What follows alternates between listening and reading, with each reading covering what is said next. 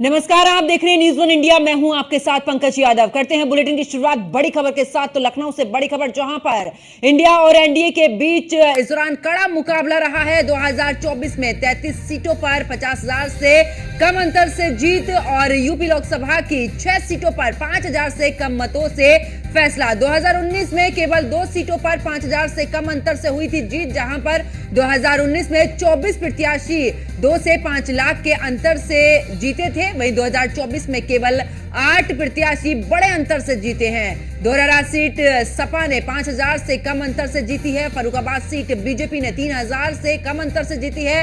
Hamirpur seat की बात करें तो यहां पर भी समाजवादी पार्टी के प्रत्याशी ने 3,000 के अंतर से यहां पर जीत हासिल की है।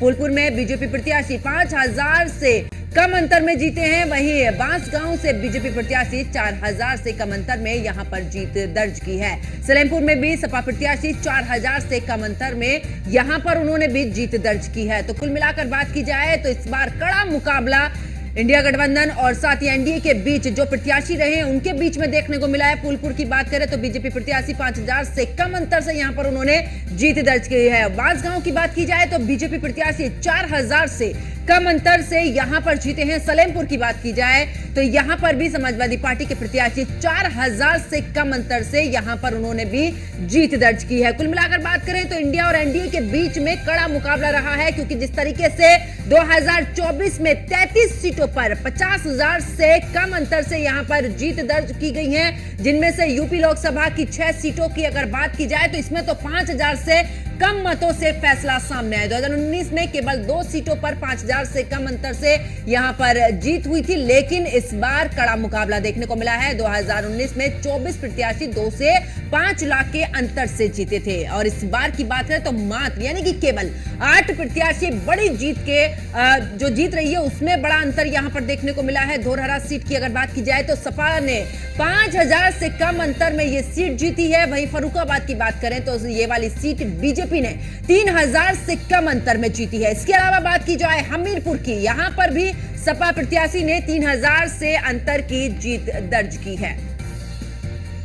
और इसी पर ज्यादा जानकारी के लिए हमारे संवाददाता एसके वाजपेयी हमारे साथ में जुड़ चुके हैं। एसके, अगर बात की जाए तो इस बार कड़ा मुकाबला इंडिया गठबंधन और एनडीए के बीच में देखने को मिला है, यानी कि 33 सीटें ऐसी रही इस बार जिस पर 50,000 से कम का अंतर रहा है जीत का। बिल्कुल, निश्चित तौर पर हम अगर इन सारी चीजों को देखेंगे और चुनावी समीकरणों को समझेंगे तो निश्चित तौर पर यह दिखाई दे रहा है साफ तौर पर कि उत्तर प्रदेश में इंडिया और एनडीए गठबंधन के बीच में कड़ा मुकाबला रहा है। मतलब बहुत ज्यादा अंतर दोनों दलों के, चाहे भारतीय जनता पार्टी के प्रत्याशी जीते हों या फिर समाजवादी पार्टी या कांग्रेस के प्रत्याशी जीते हों, बहुत ज्यादा अंतर दोनों के बीच में नहीं रहा है। सबसे बड़ी बात यह है कि अगर 2019 के आंकड़ों पर हम जाएंगे, उत्तर प्रदेश में कुल करीब 15 करोड़ 20 लाख के करीब में वोटर्स हैं और 15 करोड़ 20 लाख के करीब वोटर्स में अगर हम लोकसभा वाइज इस संख्या को देखेंगे तो करीब 18 से 20 लाख वोटर हर लोकसभा क्षेत्र पर हैं।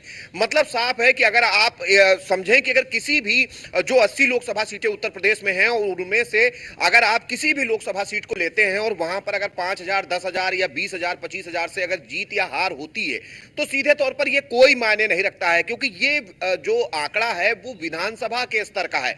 मतलब जब एक लोकसभा में 5 विधानसभाएं होती हैं तो एक विधानसभा पर भी अगर 5,000, 10,000 से जीत या हार होती है तो कोई बहुत ज्यादा मायने नहीं रखती है।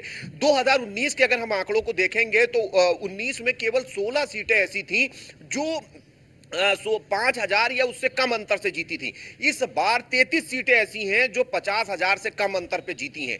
सीधे तौर पर अगर हम देखें तो 2019 में 2 सीटें ऐसी थी जो 5,000 से कम अंतर पर थी, लेकिन अभी की अगर हम बात करेंगे तो 8 सीटों को अगर हम छोड़ दें जो बड़े अंतर से जीते हैं, जिसमें समाजवादी पार्टी के जो 5 परिवार के लोग हैं उसमें से 4 सीटें हैं, एक खुद प्रधानमंत्री की सीट है जो बड़े अंतर से जीती गई है।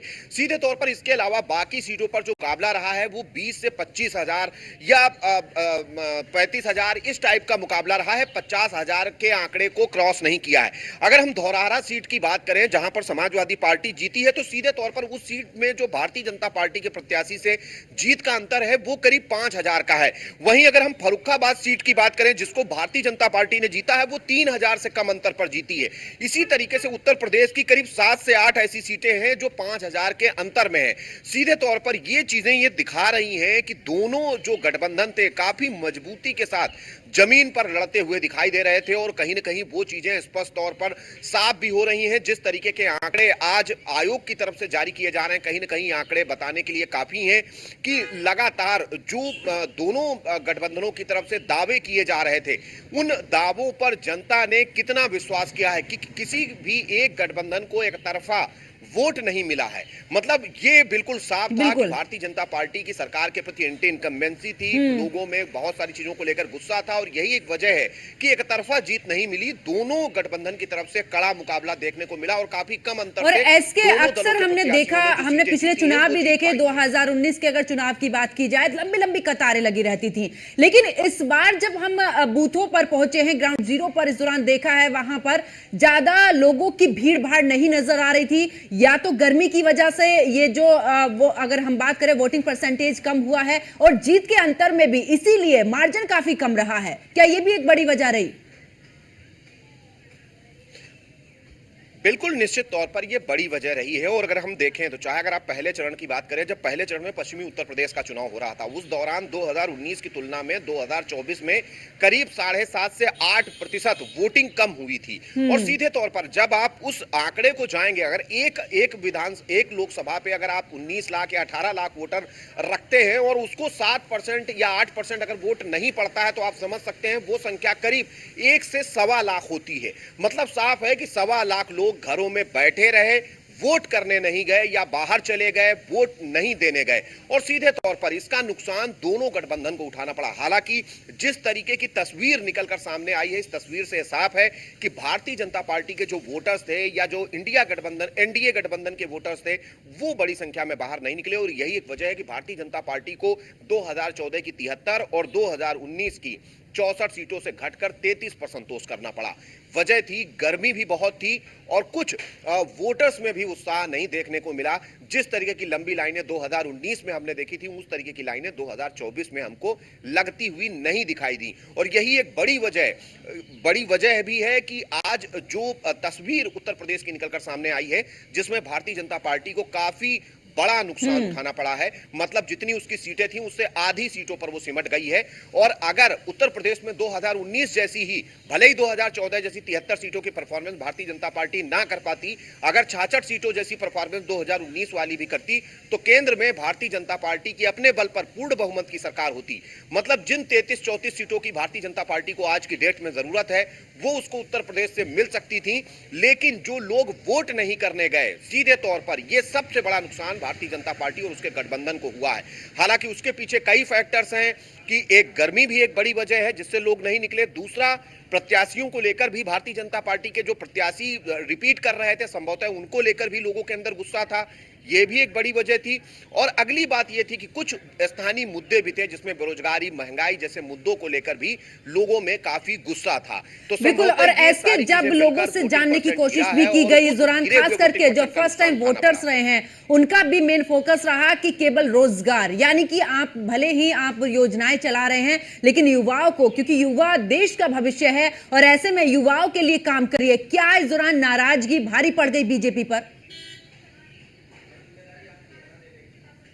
बिल्कुल निश्चित तौर पर रोजगार, जब हम लगातार न्यूज वन इंडिया की टीम उत्तर प्रदेश की सभी 80 लोकसभा सीटों पर जा रही थी, हम वहां के स्थानीय लोगों से मिल रहे थे, लोगों से बातचीत कर रहे थे, उनसे जानने की कोशिश कर रहे थे कि इस बार के क्या कुछ मुद्दे होने वाले हैं। तो 2 मुद्दे कॉमन तौर पर चल रहे थे, जिसमें से उत्तर प्रदेश की 80 की 80 लोकसभा सीटों पर जो कॉमन मुद्दे थे उसमें बेरोजगारी और महंगाई का मुद्दा लगातार चल रहा था। उसके अलावा स्थानीय मुद्दे भी थे। कहीं पर अपने सांसद प्रत्याशी को लेकर लोगों में नाराजगी थी, कहीं सांसद प्रत्याशी के क्षेत्र में ना आने को लेकर नाराजगी थी। ये बहुत सारी चीजें थी जो अलग अलग क्षेत्रों में फैक्ट के हिसाब से चीजें निकल कर आ रही थी। हालांकि जो कॉमन था वो निश्चित तौर पर बेरोजगारी और महंगाई का मुद्दा था, जिसने कहीं न कहीं एनडीए गठबंधन को पूरे प्रदेश क्या देश भर में खासा नुकसान पहुंचाया है। अगर हम उत्तर प्रदेश को देखेंगे तो कहीं न कहीं उत्तर प्रदेश में खासतौर पर इस मुद्दे को लेकर काफी नुकसान भारतीय जनता पार्टी और उसके गठबंधन को उठाना पड़ा है। और बिल्कुल एसके, और इस बार हमने देखा है जो शहरी क्षेत्र रहे हैं जहां पर वोटिंग हुई है वहां पर हमने ज्यादा लोगों की भीड़ भाड़ नहीं देखी, बल्कि उसके मुकाबले अगर हम ग्रामीण क्षेत्रों की बात करें, ग्रामीण क्षेत्रों में फिर भी हमें कतारें नजर आई, लेकिन शहरी क्षेत्र, और यही वजह है क्योंकि बीजेपी का कोर वोटर हमेशा से शहरी क्षेत्र में एक बड़े तबके पर रहा है। क्या ये भी एक कारण रहा? बिल्कुल निश्चित तौर पर ये बड़ा कारण रहा है। अगर आप ज्यादा बड़े महानगरों की बात करेंगे, जिसमें 17 नगर निगम उत्तर प्रदेश के, आप लखनऊ की बात करिए, आप लखनऊ में देखेंगे कि 42-43% वोटिंग हुई थी, और सीधे तौर पर राजनाथ सिंह की जो जीत का अंतर है वो 55-56 हजार है, जो कहीं कहीं 2.5 लाख 3 लाख हुआ करता था। उस आंकड़े को अगर इस बार आप देखेंगे तो वो 55-56 हजार तक पहुंच गया है।